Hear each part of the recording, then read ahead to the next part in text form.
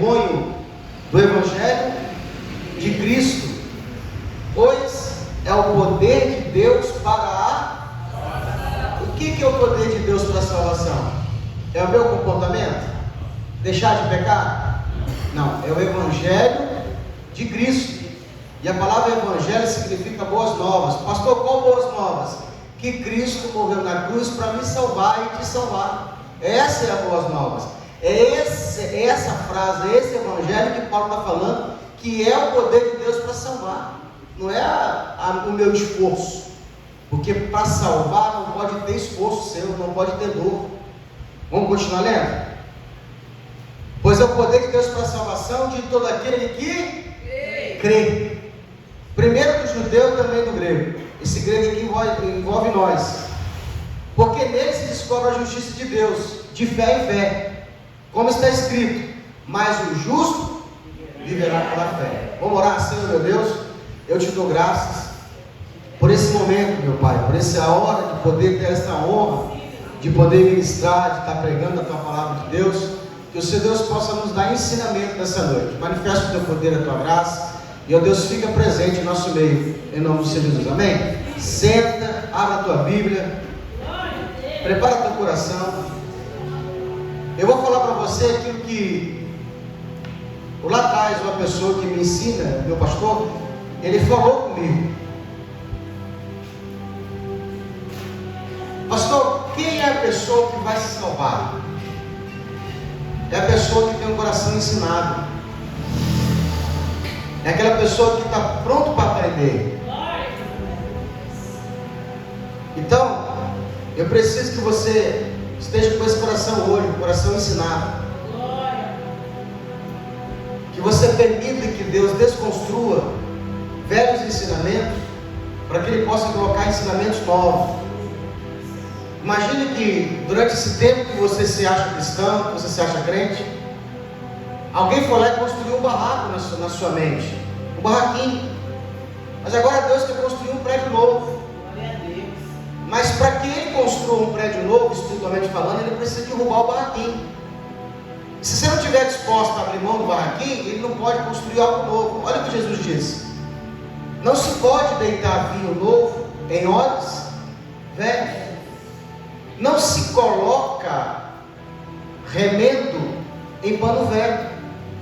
Quem já tentou costurar numa calça velha, colocando um pedacinho de pano novo? Se você coloca, abre mais. Porque o pano velho não entra se você colocar um novo. Então, para que Deus possa derramar o vinho novo, que é um novo ensinamento na nossa vida, eu preciso estar pronto para abrir mão do velho, que vem o novo. Então, vamos ver o que Paulo vai dizer aqui. Versículo 18: porque do céu se manifesta a ira de Deus. Todo mundo aqui sabe que Deus se ira. E a Bíblia diz que tem um dia em que a ira de Deus se manifestará. Qual dia é esse, pastor? É o dia do juízo final. Lá as pessoas vão conhecer a ira de Deus. E é justamente para isso que se manifestou o poder de Deus em Cristo Jesus pelo Evangelho, para nos livrar da ira de Deus. O que o Evangelho de Cristo, que Paulo fala que é o poder de Deus para salvar, ele faz? Ele nos tira. A salvação, ela é uma mudança de rota. Todos nós nascemos condenados. Diga comigo assim: todos nós nascemos condenados ao inferno. Quando a Bíblia fala que nós somos salvos pela graça, é que justamente o que é graça? Favor imerecido. A gente consegue entender isso na nossa vida. Porque você olha para a sua vida e você fala bem assim: eu não mereço ir para o céu. Realmente não mereço ser salvo. Então você entende que precisa melhorar para se salvar. E Deus, no seu imenso amor pela graça, Ele não nos dá aquilo que merecemos, porque todos nós merecemos o inferno.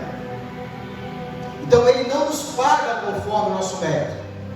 Ele não nos manda para o inferno. Então Ele nos tira de lá uma vez que eu aceito a salvação em Cristo Jesus. Agora, é difícil o que uma vez foi salvo entender que essa salvação atinge outras pessoas, porque é só o crente melhorar um pouquinho que ele já acha que é digno. Aí ele olha a vida dele, porque ele já parou de pecar, 5 pecados da igreja. Ele lembra quais 5 pecados? Ele não fuma, ele não bebe, ele não rouba, ele não mata e ele não adultera. Pronto, ele já é santo.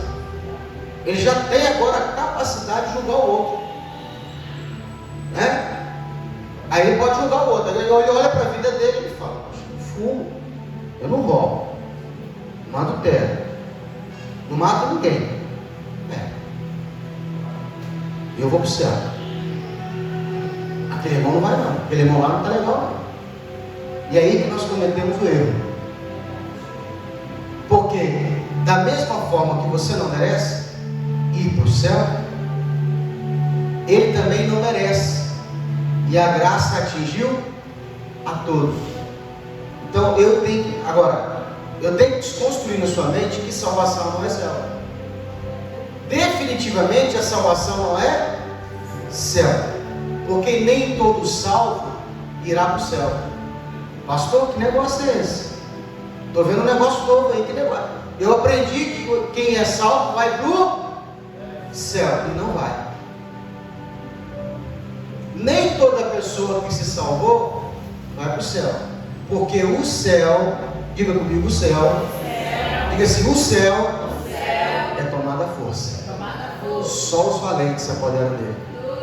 É aí que está o X da questão. Então, só que a igreja só entendeu uma coisa: se não vai para o céu, vai para o inferno. E isso não é verdade. Porque a salvação, ela não se perde. A salvação em Cristo é uma dádiva. A Bíblia vai toda. Se você ler a Bíblia com cuidado, você vai ver que ela é um presente, ela é uma dádiva, não vem de vós. É um presente, você não perde ele. Agora Paulo vai dizer assim: do céu se manifesta a lei de Deus sobre toda a impiedade. A impiedade não é iniquidade, iniquidade não é impiedade. Só quem comete impiedade é o quê? Ímpio. Pastor, qual é a diferença entre impiedade e iniquidade? Todos os dois é pecado, mas depende de quem peca. Se quem peca é crente, é salvo, é iniquidade. Se a mesma coisa que a pessoa fez, ele não é salvo, ele não está em Cristo, ele é ímpio, é impiedade. Então, Paulo está dizendo assim: do céu se manifesta em Deus sobre toda impiedade e injustiça dos homens, que detêm a verdade em injustiça.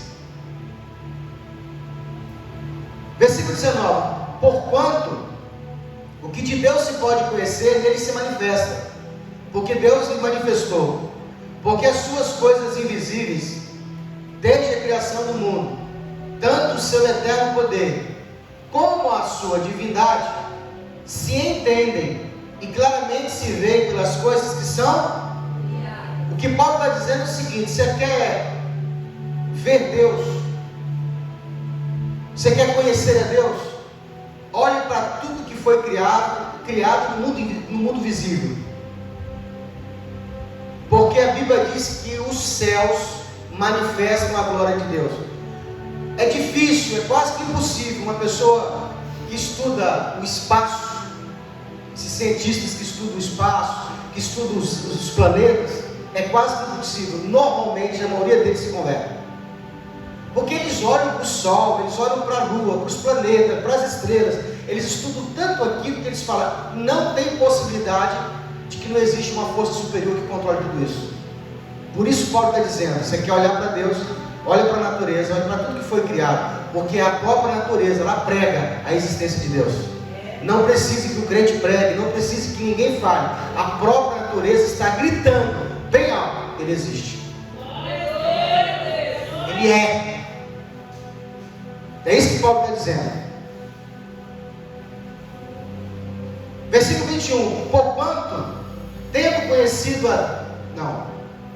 se Se entende claramente, se vê, versículo 20, pelas coisas que são criadas, para que eles fiquem indesculpáveis, não tem desculpa, porquanto tendo conhecido a Deus, não o glorificaram como Deus. Tendo conhecido a Deus, não o glorificaram como Deus. A gente precisa entender o que é divindade. Quais são os atributos de Deus? O que faz Deus ser Deus? Porque é essa falta de conhecimento que faz as pessoas errarem. Por que tem pessoa que pede favor a um santo? Por que tem pessoa que reza para a estátua, para a imagem? Porque ele não entendeu o que é uma divindade. Tem um versículo, se não me engano, no livro de Isaías, que Isaías, o profeta, ele vai profetizar e fala bem assim: chega ao cúmulo do absurdo de um homem que é a imagem e semelhança de Deus, e no bosque pegar uma árvore, derrubar uma árvore, pegar a madeira, a mesma madeira que ele coloca no fogo para cozinhar a comida, a mesma madeira que ele faz um móvel, ele pega a madeira e esculpe uma imagem de uma divindade, se curva diante dela e adora ela. O que Paulo está dizendo? Não estão identificando que é uma divindade. O que é um Deus? Vamos falar um pouquinho hoje sobre prostituição, a raiz da prostituição. Uma esposa, ela pode se prostituir? Sim ou não? Boa.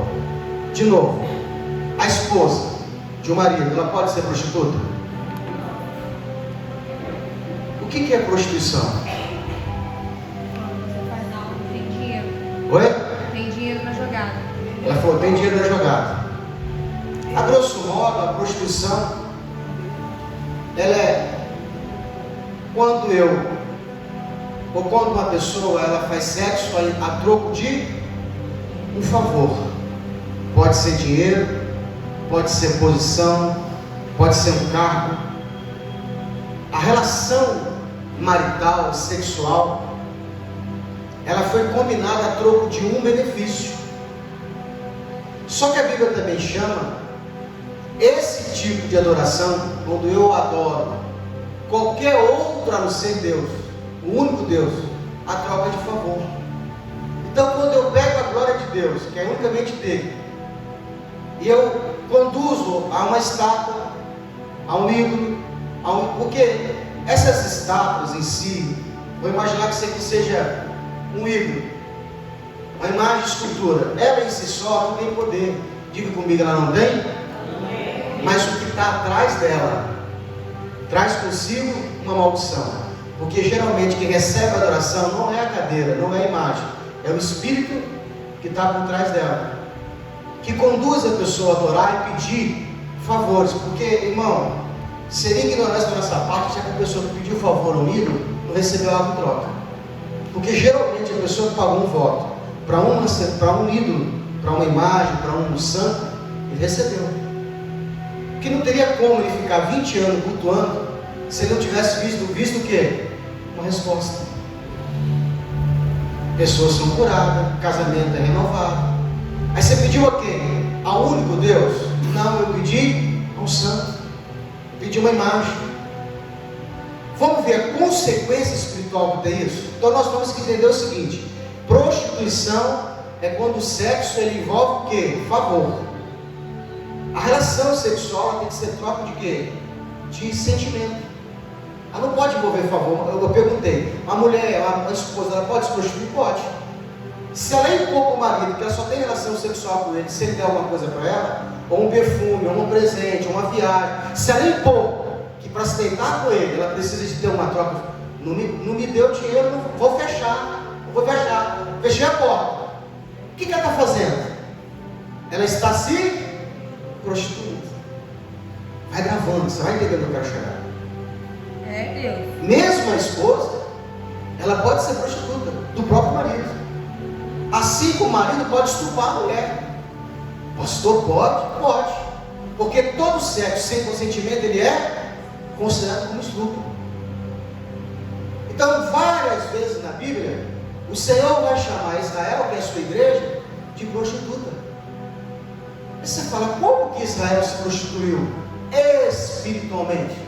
Porque quando deixou de se curvar diante do seu marido, que é Deus, porque a função da divindade é provisão, proteção e identidade.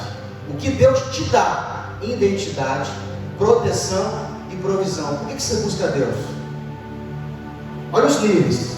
Deixa eu te explicar aqui por que você busca Deus. No geral, as pessoas entendem, esse aqui é o primeiro nível. Divindade.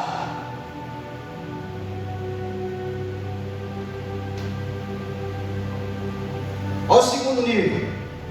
Servo. Terceiro nível. Paternidade. Para botar aqui. Filiação. Filiação. Vou te explicar isso aqui rapidamente. Toda pessoa que não conhece Deus, o ímpio, não adianta você falar com ele em relacionamento de pai, que Deus é pai, ele não entende isso. A mente dele, o subconsciente dele não consegue entender isso. Ele só vai buscar Deus por um único motivo. Ele precisa da divindade, ele precisa do contato. Ele precisa do quê? Do impossível. Porta se fechou, doença não tem cura. Ele está vendo que algo está acontecendo com ele. Ele está vendo que está debaixo de maldição, está vendo que as portas se fecharam. Ele está vendo que tudo está acontecendo com ele. Aí você fala dele só, vai na igreja hoje, porque nós vamos fazer uma oração forte e Deus vai abrir a porta para você. Aí ele vem. O que ele está buscando? Primeiro nível de relacionamento é o quê? Eu preciso de um Deus. Eu preciso de uma divindade, de um ser superior, que ele mude o meu nível de busca. Eu preciso resolver esse problema. Eu preciso que a porta se abra. Eu preciso que a cura aconteça. E o que geralmente acontece? Rapidamente, ele é alcançado. Porque a Bíblia diz assim: aquele que pede, diga comigo, aquele que pede, recebe. Recebe. Não diz que o crente pediu, não diz que eu paguei um preço, não diz que eu tive que jejuar. Todo aquele que pede, recebe. Porque ele buscou Deus. Deus pode dar ou não. Diga comigo, Deus pode dar? Deus pode dar ou não, depende da fé dele. Agora, se essa pessoa se envolveu com Deus, veio na igreja, fez uma campanha, recebeu a cura, ele falava assim: eu gostei tanto dessa experiência que eu queria algo mais. Tem algo mais aí? Aí você fala: tem. Aceita Jesus e começa a servir ao Senhor. Aí esse nível de relacionamento, ele começa a mudar. Aí Deus começa a fazer o quê? Prover, provisão. Você começa a trabalhar para a obra. Você começa a limpar o banheiro, você começa a louvar, você começa a evangelizar, você começa a ficar na porta. Você se dispõe a gastar um pouquinho do seu tempo para servir esse Senhor. Aí você sai do nível de divindade, começa um relacionamento de servo, e Deus começa a prover na sua vida. Aos poucos Deus vai colocando em ordem a sua casa, ajeitando o seu casamento, ajeitando a sua vida sentimental, financeira, espiritual, emocional. Pastor, estou gostando desse negócio, mas tem um nível maior. Diga comigo, existe um nível maior. Existe um nível mais profundo. É quando o servo, ele entende que ele não só é servo, ele pode se tornar filho de Deus. Aí, esse nível muda para o quê? Paternidade. É quando você já não mais precisa pedir, você simplesmente entra no mundo espiritual e pega para você. Não tem mais choro, não tem mais jejum, não tem mais preço. Você se tornou filho de Deus. Você se preocupa tanto com a causa divina, que as dores de Deus passam para você. Você simplesmente ora e as coisas se manifestam. São níveis de relacionamento. Então, esse nível de relacionamento tem que estar claro. Todas as vezes que a pessoa foge desse tipo de relacionamento com Deus, ele está fazendo o quê? Imagina o servo de Deus, que ele está servindo, de repente ele para de servir, porque cultuar é servir, servir é cultuar. Quem já pendurou bandeirinha na quadrilha? Levanta a mão.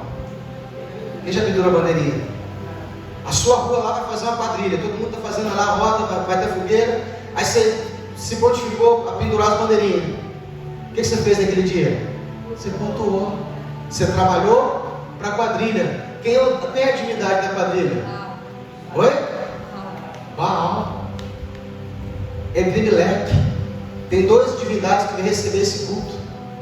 Você fez fogueira, você fez quentão, você fez pé de moleque. Ó a comunhão. Culto a Satanás.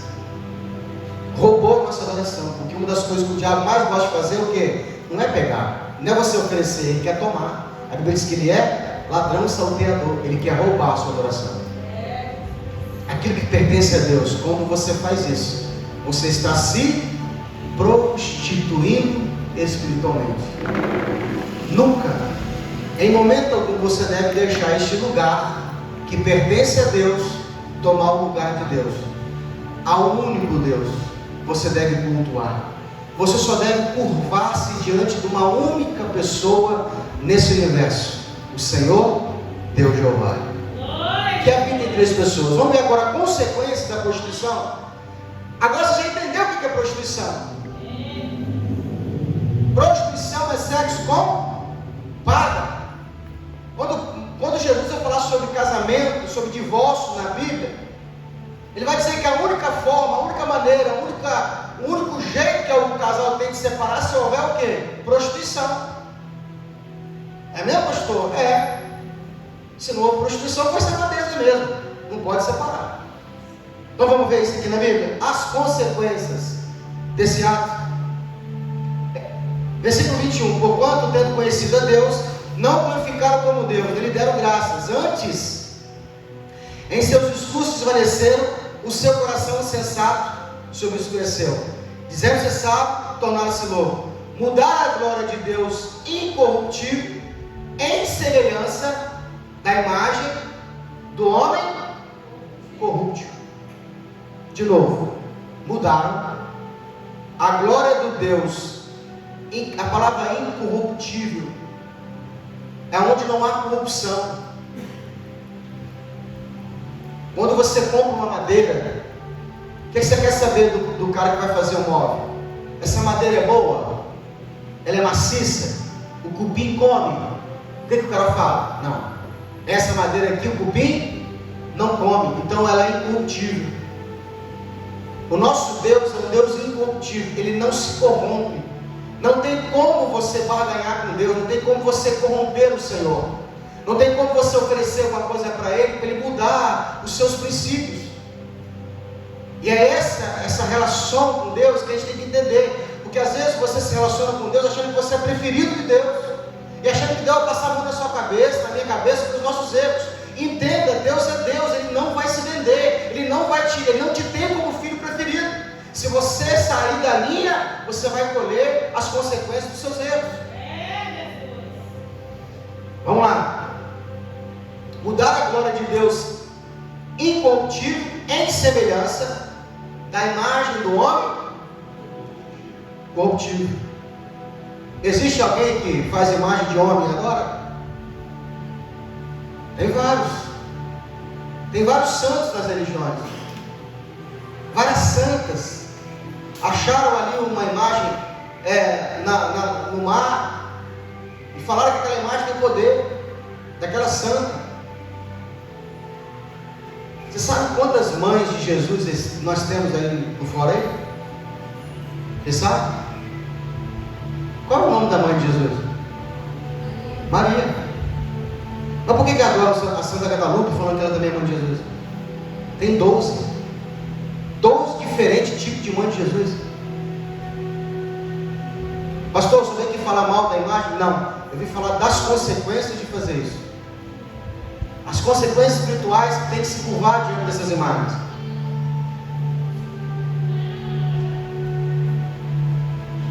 Mudaram a imagem do Deus incorruptível, semelhante à imagem incorruptível de aves, quadrúpedes e répteis. Tem gente que faz imagem de animal e adora. Na Índia, a vaca é santa. Ninguém come boi lá. Lá não tem picanha. Lá a friboi fecha o pó. Porque não pode matar a vaca é sagrada. No Egito, o boi era sagrado, não podia se matar boi. Por que Moisés, ele vai exatamente pedir para Faraó, para tirar o povo do Egito e levar para o deserto para adorar o Senhor? O Faraó falou assim: não, adora aqui, faça culto ao seu Deus aqui no Egito. Aí Moisés vai dizer assim: não podemos, porque seria para vocês uma afronta a nossa forma de adorar o nosso Deus, porque eles iam matar os boi tudo. Porque a forma que Deus pediu adoração, me traga o boi e sacrifica ele. Faça um churrasco para comemorar nosso culto. Como os egípcios tinham o boi como sagrado, eles iam achar que era uma afronta. E é só por isso que Moisés não cultuou ali. Precisa sair do Egito para servir a Deus. Diga comigo assim: precisa sair do Egito para servir a Deus. E mais importante, o Egito tem que sair de você. Não adianta sair do Egito e o Egito não sair de você. A gente sabe que demora a sair, não é da noite para o dia. Todos os dias você tem que ficar arrancando um pouquinho do Egito dentro de você. Faça o teste, toca aquela música ali do momento ali, vê se sua carne balança. Se ela começar a balançar, porque tem um pouquinho de Egito lá dentro de você ainda, né? Bota lá no WhatsApp, vamos ver se esse negócio está bom ainda. Faz um teste aqui, aí você bota e você fala: nossa, tá forte, eu preciso jejuar mais. Agora, se a música do hino, a música do mundo, as coisas do mundo não te atrai mais, o Egito está saindo dentro de você. Glória a Deus. Pelo que também, agora começa a parte que eu mais gosto. Pelo que também Deus os entregou às concupiscências do seu. Quem foi que entregou, pastor? Foi Deus. A consequência da adoração a ídolo, se curvar diante de imagem, se prostituir espiritualmente, é isso aqui. Deus entrega a eles um sentimento perverso de prostituição. Pelo que também Deus os entregou às concupiscências do seu. O que é concupiscência? Sabe aquele desejo desenfreado? Quando você se converte, você vai perceber que o seu corpo não converteu. A sua mente, ela começa a mudar. Você começa a ter clareza que aquilo é certo e aquilo é errado. Mas o seu corpo não. Não converte, o corpo não converte. O máximo que você pode fazer é dominar sobre ele, governar sobre o seu corpo. E essa tal concupiscência é o desejo desenfreado, é aquele calor, é aquele fogo, aquele desejo que você não consegue controlar.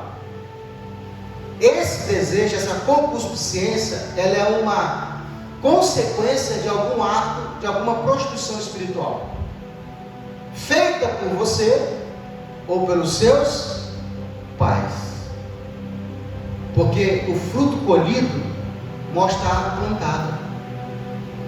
Se você olha para a sua vida e você vê e fala assim: poxa, pastor, eu tenho 20 anos na presença de Deus, eu tenho 4 anos na presença de Deus, eu estou com sinceridade, mas ainda existe um desejo enorme de pecar, ainda existe um desejo enorme de fazer coisas profanas. Eu posso dar nome aos bois?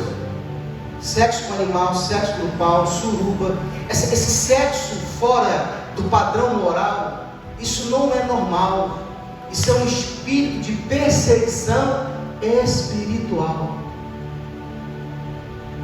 que está destruindo a imagem de Deus dentro de você. Eu sei que isso não é bom falar, mas nós temos que falar. Sabe por quê? Porque nós precisamos ter clareza do que a Bíblia está dizendo. Porque nós estamos olhando para o fruto colhido achando assim: não, deve ser um problema genético. Não, não é genético. Ele é espiritual e tem cura. Diga comigo: tem cura. Tem cura. Tem como quebrar essa maldição. Primeiro tendo clareza. Vamos ler. Quem entregou foi Deus. E é difícil sair. Porque se Deus colocou, quem tirar? Vamos ler. pelo que também Deus os entregou, às concupiscências do seu coração, que a gente chama de alma, a imundícia, para desonrarem o seu corpo ou os seus corpos entre si. Porque, irmão, sexo com animal não é normal.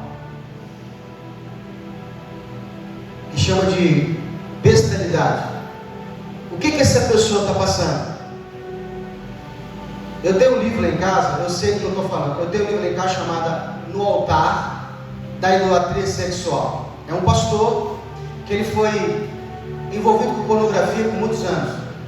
E aí ele vai escrever o livro mostrando qual foi a sua trajetória e como ele saiu. Tem tanto ato sexual nojento, imundo, impróprio ali, que você fala assim, existe isso? Sexo com cadáver. O cara é tentado, ele fica, sabe, eufoito. Ele fica com tanto calor para ir no cemitério, abrir uma copa e ter relação com o cadáver. Você acha que isso é o que? Normal? Isso é comum? O que é isso, pastor? É Satanás mostrando para Deus o que ele pode fazer com aquilo que Deus chamou de imagem, da sua imagem e da sua semelhança. É o diabo afrontando Deus na pessoa do homem. Eu tenho certeza que essa pessoa, depois que faz isso, ela não volta de lá a mesma coisa. Versículo 25. Pois mudaram a verdade de Deus em mentira, honraram e serviram mais a criatura do que ao Criador. Você tem que ter isso claro no seu coração. Você tem que honrar a muita gente. Tem que honrar os superiores, você tem que honrar seus pais, você tem que honrar as pessoas que Deus colocou na sua vida. Só que você só pode cultuar, servir, você tem que ter distinção entre criatura e Criador. A minha adoração, eu só presto a Deus, mais ninguém. Ao único Deus. Espírito, anjo, não pode ter adoração. Eles não podem receber a sua adoração, e você não pode dar a eles a sua adoração. Pois mudaram a verdade de Deus e mentiram, honraram, serviram a criatura mais do Criador, que é bendito eternamente. Amém. Versículo 26. Pelo que Deus os abandonou, diga comigo, Deus os abandonou às paixões infames, porque as tuas mulheres mudaram o uso natural, no contrário, a natureza. Vou dar um time aqui. Paulo está dizendo assim, porque Deus os entregou, os abandonou às paixões infames. Até as mulheres, isso há mais de 2000 anos atrás, mudaram o uso natural. Qual que é o uso natural da mulher em relação ao sexo? Qual que é o uso natural? A mulher procura quem? O homem. Isso é natural. Homem e mulher. O uso natural da mulher é um homem. Paulo vai dizer, elas se inflamaram, mulher com mulher, e Paulo vai dizer, semelhantemente os homens também mudaram o uso natural, que é a mulher, homem com homem, cometendo torpeza. Vamos ler? Se eu estiver errado, você me fala, pastor, na minha Bíblia não está escrito isso não, só está lendo outra coisa. Pelo que Deus os abandonou às paixões infames, porque até as suas mulheres mudaram o uso natural ao contrário da natureza. Ou seja, o natural é que a mulher usa o homem.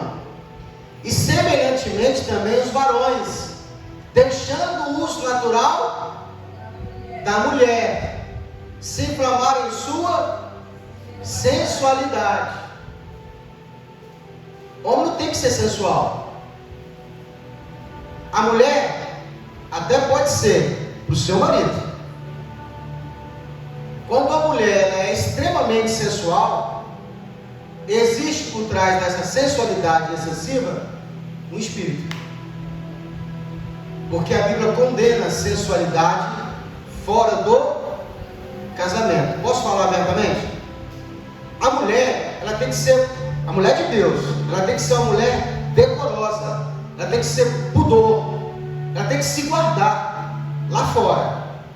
Dentro do casamento, ela pode ser até pro marido sensual, usar veste curta, ter marquinha. Ela, pro casamento, pro marido, ela tem que ter criatividade. Pro marido. Fora disso, não é normal. Está em excesso, tem um mar espírito por trás disso aí. Vamos ler? Por que esses homens estão se deitando com outros homens? Quem foi que fez isso com a genética?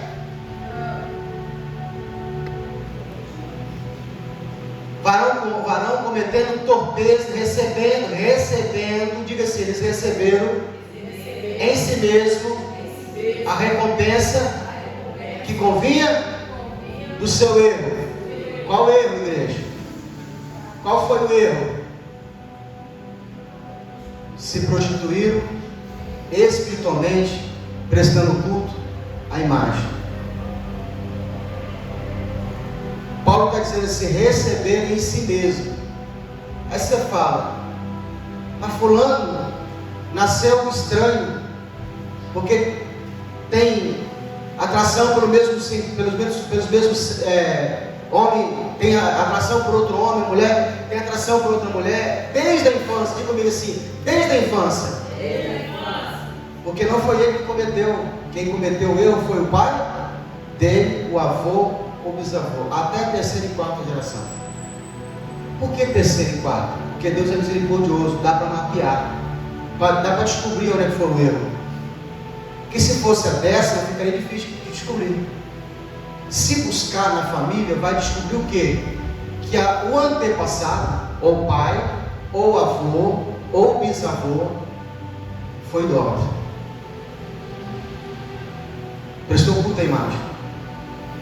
E esse espírito, ele vem para cobrar a dívida, a afronta com Deus.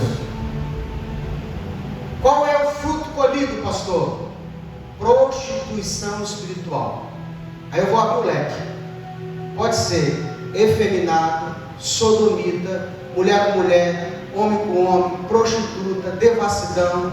Todos os livros que você pensar de prostituição espiritual é o fruto, é o castigo que a pessoa recebe. Então, se na minha vida eu percebo que existe um sentimento que me perturba, que me domina, para eu me prostituir, para eu me ter uma relação fora do padrão santo de Deus, porque a bênção de Deus está dentro do casamento, fora disso não tem bênção. Se esse sentimento, se esse espírito está me dominando, está me conduzindo, está me perturbando, fica ali soprando no seu ouvido, você acha que é um sentimento, você acha que é um desejo, você acha que é uma voz, o que você imaginar que seja, existe o quê? Um sinal de que alguém na família pode ter se curvado de uma imagem, e a consequência disso é prostituição. Não é comum, não é normal uma mulher sair de casa e ficar uma noite toda tendo relação com 10 homens no prostíbulo. Se você perguntar para ela, ela não está feliz. Se você perguntar para ela, ela não quer ter aquela vida. Ela não está bem ali, elas todas querem sair. A maioria delas ou se matam, ou se drogam, ou acabam em overdose. Você não vai ver uma tendo uma carreira brilhante. Elas nem gostam que a vida fácil. Elas falam que é uma vida rápida. Mas por que não sai? Porque tem um espírito que aprisionou ela. Tem uma maldição sobre a vida dela. Pastor, a Bíblia diz assim que no final dos tempos o mundo estaria como nos dias de Sodoma e Gomorra, como na época de Ló. A banalidade carnal. O casamento virou banal. Casa, separa, separa, em casa. Não deu certo? Casa de novo. Não deu certo? Casa de novo. Essa banalidade já é um sinal, porque todas as vezes que Deus trouxe juízo na terra, anteveio uma queda sexual. Primeiro juízo, dilúvio. O povo estava se entregando carnalmente. Quando Deus trouxe sobre Sodoma e Gomorra, eles estavam se corrompendo sexualmente. Outro dia eu vi um vídeo no Instagram, eu até ri. Uma mulher estava pulando no carnaval, falou assim: não vem para o carnaval da Bahia, porque aqui você vai ficar sozinho, porque os homens estão ficando com homem, nós estamos ficando sozinhos. Uma mulher que está indo para o carnaval para beijar na boca de homem, não tem homem para beijar, porque os homens estão beijando na boca dos outros homens. Acabou. Ela falou: acabou o carnaval, estragaram o carnaval da Bahia. Que realmente quem vai para lá vai atrás disso aí. Está em escassez. O que isso mostra? O nível de corrupção espiritual. O nível de queda, aonde Deus está cobrando o que? A dívida do ato da prostituição espiritual. Então eu queria te convidar a ficar de pé. Eu poderia